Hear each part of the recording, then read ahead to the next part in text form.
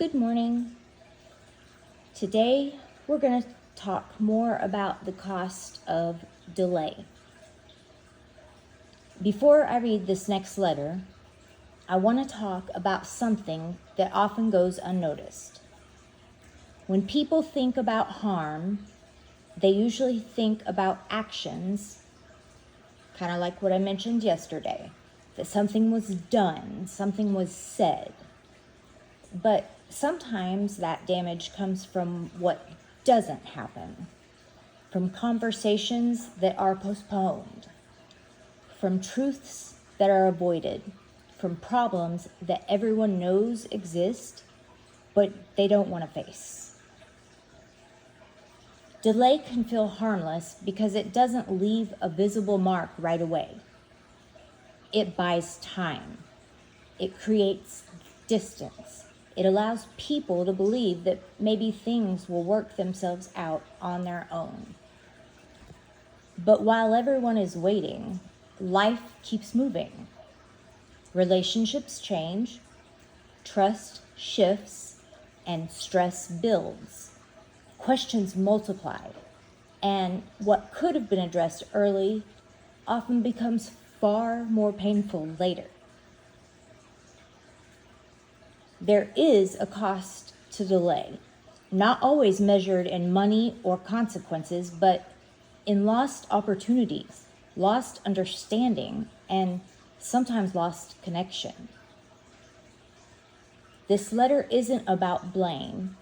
It's about recognizing that time itself can become part of the story. Sometimes the longer something remains unresolved, the heavier it becomes for everyone involved. There is a phrase often heard in healthcare: time matters.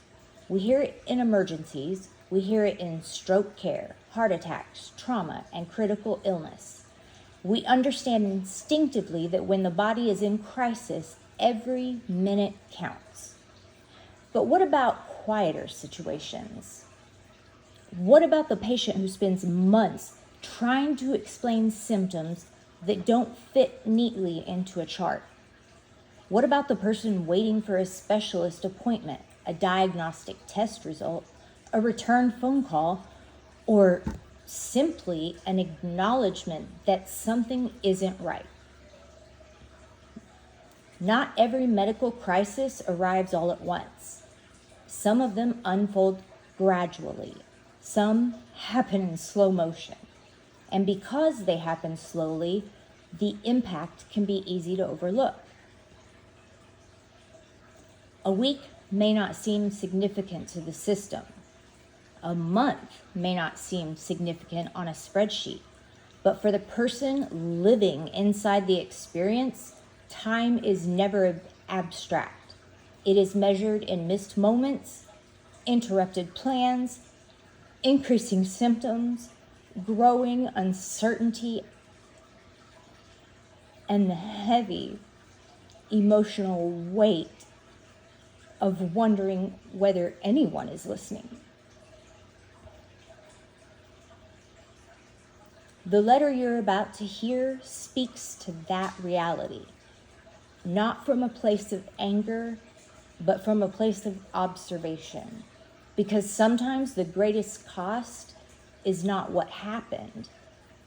Sometimes the greatest cost is how long it took for someone to respond. This is part 4, the cost of delay.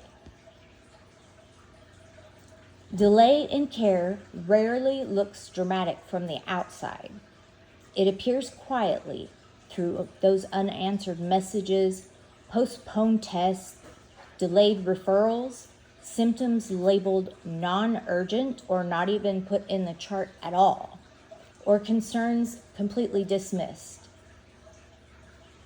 But for the person waiting, delay has a cost.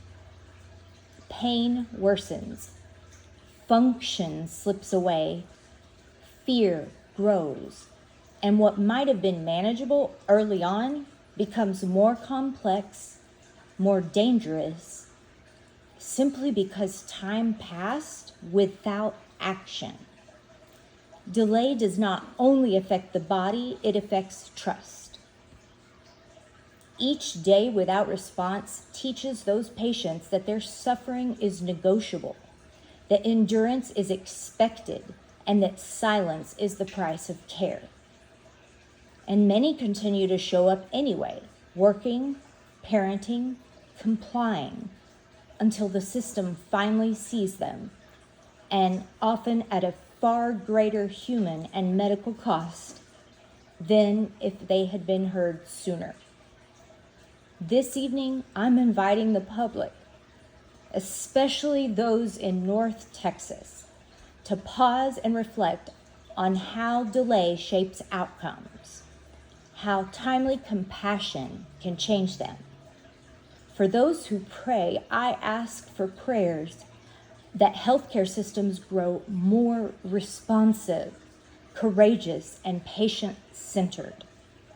For those who don't, I ask for reflection and once again, advocacy, that we build systems where listening happens early, help arrives sooner, and no one is harmed by waiting to be believed. We need to remember the human in healthcare. Just a nurse writing from a patient's chair. And we'll see you again tomorrow. Thank you for listening, and God bless.